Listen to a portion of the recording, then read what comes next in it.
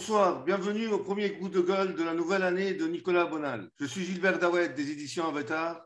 Ce soir, nous avons intitulé notre premier coup de gueule de 2022 Macron Forever.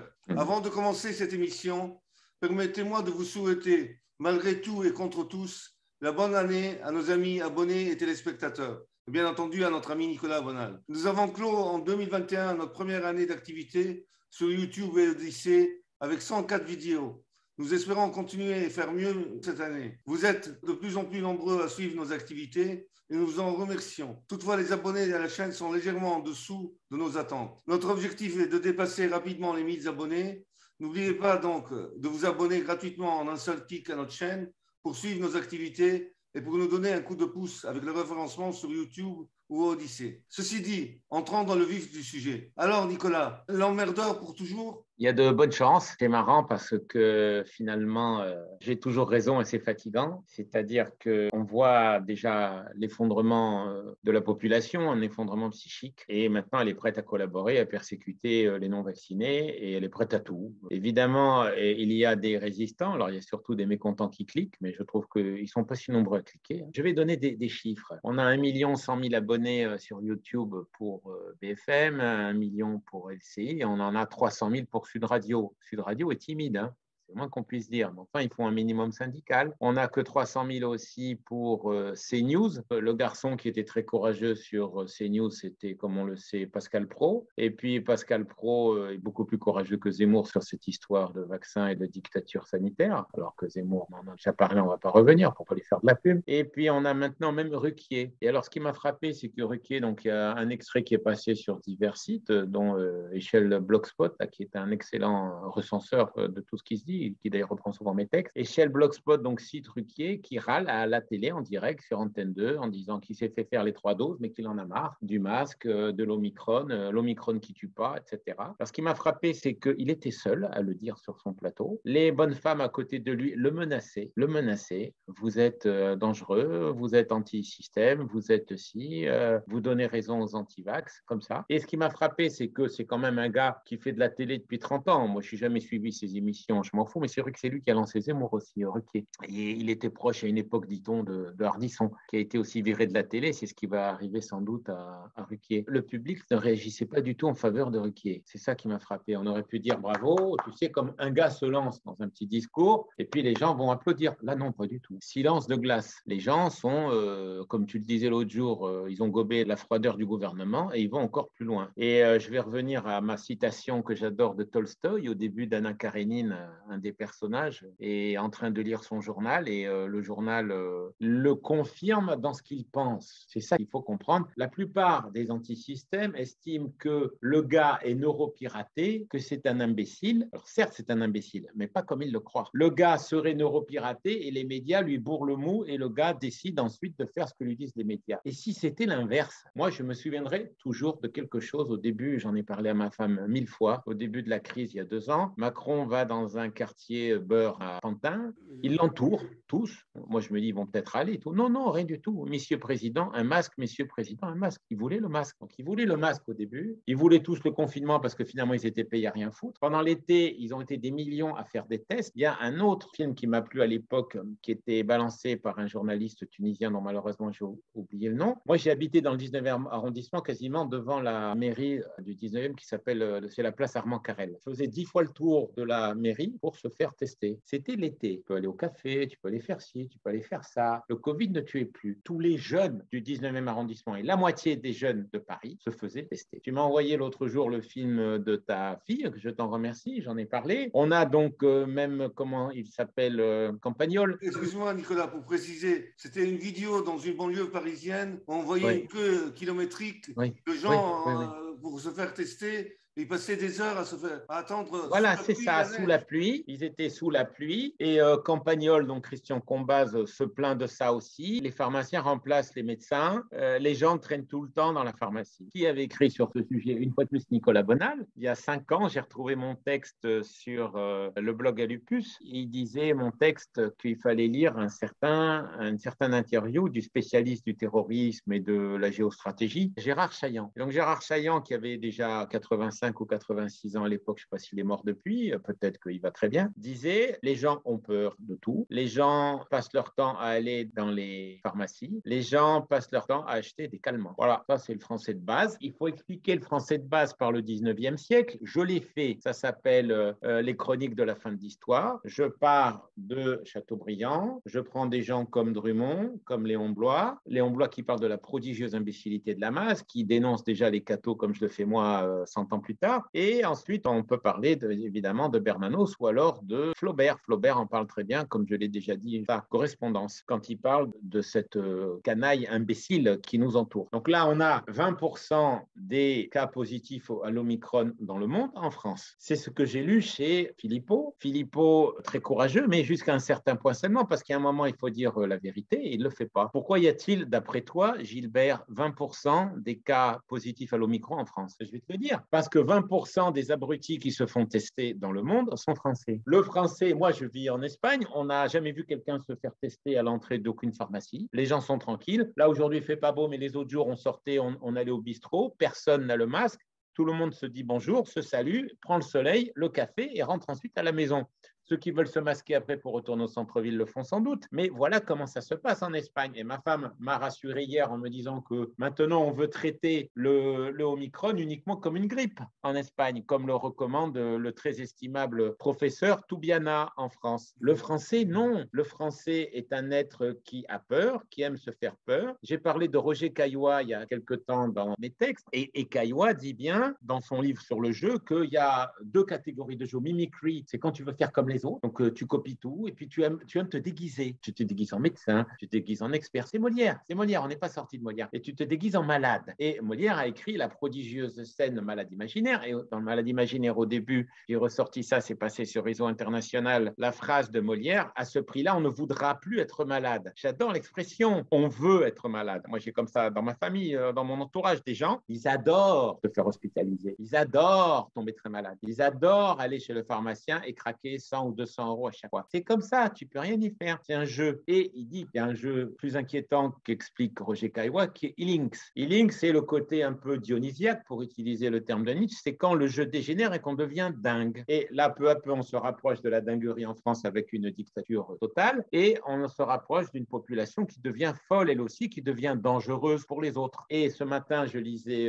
Verreg. Verreg est un chroniqueur, comme on le sait, c'est un énarque belge qui est assez irrégulier. Pas sur le fond, mais sur la forme. Il a parlé, par exemple, du Stalingrad de Macron. On l'attend. Hein. Moi, comme je dis, c'est Macron forever. Parce que si ce n'est pas Macron, ça sera Pécresse. Pécresse, ça sera pire que Macron. On le sait très bien. Il ne faut pas rêver. Ça ne sera pas Marine, ça ne sera pas Zemmour. Il faut arrêter de rêver là-dessus. Et c'est peut-être tant mieux, parce que moi, je connais un peu Marine Le Pen. Je ne crois pas que ce soit quelqu'un qui ait beaucoup d'énergie et beaucoup de credo. Elle avait renoncé à sortir de l'euro. Je la vois très bien se soumettre au diktat de Davos, du mondialisme et du reste, exactement comme nos amis du Kazakhstan. C'est pour ça que la population s'est révoltée là-bas. Là encore, on nous fait le coup de la révolution orange dans le milieu, mais ça n'est pas une révolution orange. J'ai lu les témoignages des lecteurs de Égalité Réconciliation. Pour une fois, je leur fais de la pub à Égalité Réconciliation. Les lecteurs étaient très bien. Je vis au Kazakhstan. Il y a une société de riches et une société de misérables. Je vis au Kazakhstan. Les gens ont tous 2 ou 3 métiers. Je vis au Kazakhstan.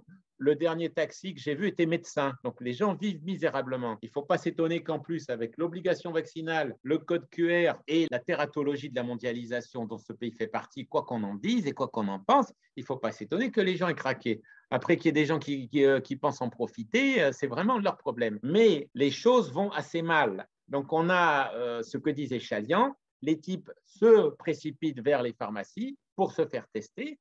Et je crois que ces jours-ci, on avait 1 million de tests en décembre. Hein. Fin décembre, je crois, on avait 1 million de testés par jour en France. On a parlé de Ruquier, il y avait aussi Pujadas qui a été très courageux, qui a parlé, qui en a marre de l'Omicron. Puis tout le monde s'en fout. Hein. Pujadas peut dire ce qu'il veut. On continue à 50% de réclamer la fin des droits à l'hospitalisation du non-vacciné. L'opinion est favorable, comme on le sait, à cette infamie en France, et il n'y a aucun problème. Alors, comme on nous fait toujours, parce que c'est le problème aussi de Philippot, le pays des droits de l'homme, le pays de la liberté. Ah, le pays de ceci, ah, le pays de cela. Je suis allé lire l'article de 30 pages d'une universitaire juive, je crois, Carré de Malberg, sur les fonctionnaires sous Vichy. Ça m'a passionné et je cherchais en fait des choses sur Jean Moulin, parce qu'évidemment, tout le monde se prend pour Jean Moulin en cliquant contre Macron, et c'est une petite erreur. Jean Moulin n'a même pas démissionné. C'est marrant, moi j'ai démissionné de l'éducation, mais Jean Moulin n'avait pas démissionné, il a été révoqué. Et je me suis dit, bon, on va sortir de Jean Moulin, et je voulais savoir plus de choses sur la collaboration, combien de fonctionnaires avaient été révoqués, et je te rassure, très très peu, parce que les gens attendaient la révolte des personnels soignants ou des profs. Les profs, ils n'allaient pas tolérer qu'on masque les enfants. Les profs, ils n'allaient pas ci, les profs, ils n'allaient pas ça. Les profs se sont soumis à 99,9% comme d'habitude, exactement comme les parents qui laissent aller leurs gosses masqués à l'école et qui ne veulent pas s'en occuper. Les personnels soignants, presque personne n'a démissionné. Ça m'étonnerait qu'il y ait eu 5 ou 10%. La désorganisation, elle est totale en France dans à peu près tous les secteurs. Et on est comme aux États-Unis, à la veille d'une grosse pénurie dont on a déjà parlé, toi et moi. Les gendarmes continuent de tabasser les gens et de les contrôler, et les flics continuent de tabasser les gens et de les contrôler. Donc, la demoiselle, la Carré de Malberg, cite un autre universitaire juif qui s'appelle Baruch, et Baruch parle du renforcement de l'État sous Vichy. Autrement dit, il n'y a pas du tout eu de résistance, il y a eu collaboration active de la population et de la masse, et il y a eu de plus en plus de fonctionnaires. Donc, il donne les chiffres, ça tombe très bien, vous pouvez les vérifier, Carré de Malberg, les fonctionnaires sous Vichy, sur Kern Info. Je t'enverrai le lien, tu le donneras aux auditeurs. On est passé de 700 000 à 950 000 fonctionnaires sous Vichy. Aujourd'hui, je crois qu'on est à 6 millions. Hein. Donc, il n'y a pas eu la résistance attendue. C'est comme ceux qui nous parlent de la guerre de 14. La guerre de 14, c'est quand même une guerre d'imbéciles, une guerre pour aller se faire tuer par les Allemands, après une alliance ridicule avec les Russes qui nous a porté malchance. Ce n'est pas moi qui le dis, c'est Léon Bloy, et avant Léon Bloy, Tolstoï. Ils avaient compris que ça allait nous mener, cette alliance franco-russe, à la guerre avec l'Allemagne. Sinon, l'Allemagne ne nous aurait jamais fait la guerre, nous considérons comme trop faibles. Et nous, on ne serait pas allé attaquer les Allemands. Mais bref, en 1914, le troupeau se fait exterminer pendant 4 ans sans trop réagir, avec simplement quelques mutineries, comme on le sait en 1917. En 1940, le troupeau, c'est ce qui déclenche Céline. C'est pour ça que j'ai écrit le livre sur Céline, en grande partie parce qu'il était contre la guerre. C'est essentiellement pour ça. Hein. Qu'on a fait, toi et moi, ce livre sur Céline. Céline hurle contre la guerre qui arrive et les gens se laissent écharper. Et puis là, on a la dictature covidiste qui annonce le plus sage de l'humanité, avec la possibilité de te contrôler. J'ai fait sur mon blog hier un compte-rendu dessus qui a eu un gros succès. Finalement, le troupeau est très content comme ça. Donc, on peut dire Macron forever, c'est tout à fait possible que Macron reste au pouvoir, sauf si on lui fait un scandale sexuel pour mettre à la place l'exécrable Pécresse, qui fera encore pire que lui sur à peu près tous les sujets. Ensuite, les gens veulent du contrôle, les gens veulent de la sécurité. Ça me rappelle un film très bon avec Tom Cruise qu'on adore regarder avec ma femme. Il s'appelle Knight and Day, un film décalé, une comédie sur un agent secret qui est poursuivi par la CIA parce qu'on l'a accusé d'avoir fait plein de bêtises. C'est avec Cameron Diaz. C'est extrêmement drôle, extrêmement bien enlevé. Et la fin, d'ailleurs, se passe dans ma province bien-aimée, d'Andalousie, à Séville. À un moment donné, elle est embarquée par les miliciens, parce qu'on ne sait plus quel mot utiliser, par les miliciens du Deep State américain, qui lui disent « On va vous amener dans un endroit safe, on va garantir votre sécurité, vous allez vous sentir safe avec nous ». Et Tom Cruise lui a dit 10 minutes avant à la gourde assez sympathique Cameron Diaz, lui a dit 10 minutes avant, s'ils vous parlent de safety, c'est qu'ils vont vous tuer.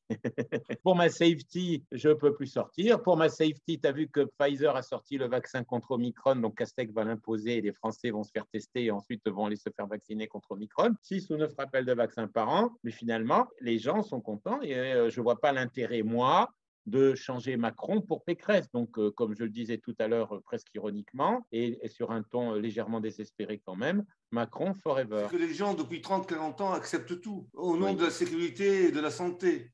Je rappelle la ceinture de sécurité qui était optionnelle. On est arrivé maintenant au siège pour enfants de 12 ans dans les voitures, l'interdiction de fumer la cigarette, toutes ces interdictions, et même maintenant le recyclage, tous ces genres d'interdictions et de restrictions qui ont été acceptées même par le même public qui maintenant manifeste contre le vaccin ou contre le pass. La première émission, j'ai dit, ou des dernières, je crois que j'ai dit que est-ce que l'humanité a toujours été comme ça ou est-ce qu'elle a changé? Et je dis, il y a des deux. Quand tu lis Molière, tu vois très bien que ce qui caractérise le bourgeois français, c'est l'obsession pour son pot de chambre, pour sa merde. Donc on revient à emmerder Macron. Ce qui l'obsède, c'est son pognon. Le ventre magnifique dont parlait le très grand dramaturge belge complètement oublié, Cromlink. Et il y a cette espèce d'obsession de la merde et de l'or. Tu as ça aussi évidemment avec Harpagon et tu as déjà les woke avec Molière, notamment avec les femmes savantes. Là, il y a un de mes livres de chevet dont je parle tout le temps à mes lecteurs, c'est Marx, le 18 Brumaire de Louis-Napoléon Bonaparte. Et toi et moi, quand on a sorti le livre sur Macron, on a parlé de ça d'abord, c'est-à-dire que c'est un nouveau prince président. Marx parle de l'omniprésence de l'État en France qui contrôle tout et que la bourgeoisie en France, elle n'a pas une dynamique libérale comme dans les pays anglo-saxons, qui aujourd'hui sont morts de ce point de vue, mais au moins à l'époque, ils étaient plus libéraux que nous. C'est d'ailleurs pour ça que Jules Verne prenait ses héros plutôt chez les Anglais que chez les Français, parce que le Français n'était pas tellement un héros déjà. Le Français, c'est un fonctionnaire, et comme dit Marx dans son livre, donc le 18 Brumaire, il dit il sert à caser les surnuméraires de la bourgeoisie. Si la bourgeoisie a trop de gosses, elle va foutre ses gosses dans l'État. Elle va en faire des fonctionnaires. Et donc, il ne faut pas s'étonner, parce qu'il y en a après qui font un mirage pro-fonctionnaire en attaquant la libéralisation mondiale. On peut quand même dire que tous les gens qui nous emmerdent,